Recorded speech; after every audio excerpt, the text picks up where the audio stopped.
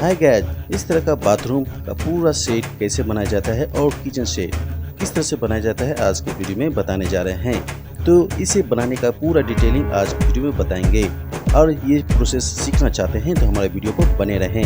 हमारे चैनल पर नए हैं तो प्लीज़ हमारे चैनल को सब्सक्राइब करना मत भूलिएगा। तो चलिए सारा प्रोसेस को बनाने का जो विधि है आज पूरा डिटेलिंग के साथ बताएंगे। तो हमारे साथ वीडियो को बने रहें, देखिए कैसे बनाया जाता है।